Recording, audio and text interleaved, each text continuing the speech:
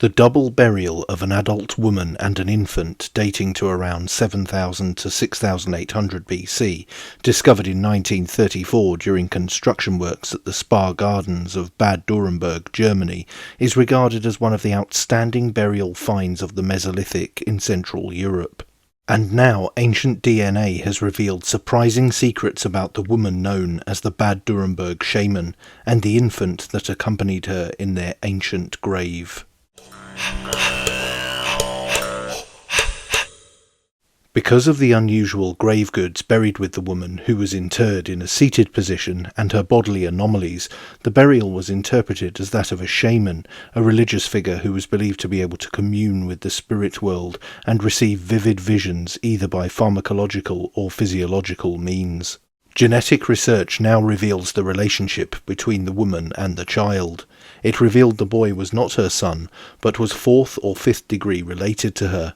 The phenotypic variants analysed in the woman's genome tell us that she had a relatively dark skin complexion, dark straight hair and blue eyes.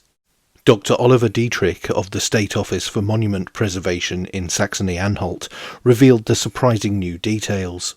Grave goods comprised flint artefacts and solid rock tools, but also bone and antler artefacts, a piece of red ochre, a number of animal bones including the shell of at least 3 terrapins, and partly pierced animal teeth. Together with deer antlers and originally 6 partly pierced boar tusks, these finds were probably head or body ornaments. Due to these funerary offerings and the bodily anomalies of the woman, the burial was interpreted as that of a shaman. Subsequent excavations at the site as part of the preparations for the forthcoming State Garden Exhibition 2024 brought not only new revelations about the deposition and positioning of the body to light, but also revealed a multitude of new finds which could clearly be attributed to the burial. Besides the pierced animal teeth, the remains of fauna, lithic artefacts, and a large amount of human skeletal remains were also recovered. A recently published article by Jörg Orscheit of the State Office for Heritage Management and Archaeology, Saxony-Anhalt, Wolfgang Hack of the Max Planck Institute for Evolutionary Anthropology and others detailed the results of recent work on the find, which included aDNA analysis. The study found that the 30 to 40-year-old woman was a gracile person with a body height of around 1.55 metres, just over 5 feet, a typical height for the period. What was remarkable about her skeleton was the absence of distinct muscle attachments, especially on the lower extremities, which are commonly found in hunter-gatherers. At the base of the skull there was an anomaly at the edge of the great occipital hole, in the form of a small constriction. This area is the imprint of an abnormally developed blood vessel. The first cervical vertebra was incompletely formed due to a congenital growth defect, and has only reached 40% of the arch. The rounded end of the vertebral arch corresponds to the previously observed defect at the large occipital hole. Simply put, what this means is a hypothesis was formulated that a pinching of the blood vessel appears possible with a corresponding head posture. The discovery of the second cervical vertebra among the finds of the re-excavation confirm this. This vertebra also shows an anomaly which was limited to the vertebral process in the form of a protruding bone clasp. This makes a blockage of one of the blood vessels leading to the brain plausible. This can be caused intentionally by adopting a certain head posture. The consequences are unlikely to have been serious or hazardous to the person's health. However, it is conceivable that a nystagmus, i.e. an involuntary movement of the eyeballs, could be caused by the blockage of a blood vessel such as this.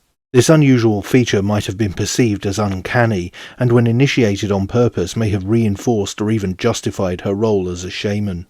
Genetic research revealed that the genomic ancestry profile of the shaman falls squarely within several dozen other Mesolithic hunter-gatherer individuals from Central and Western Europe, a profile which is commonly referred to as Western hunter-gatherer ancestry.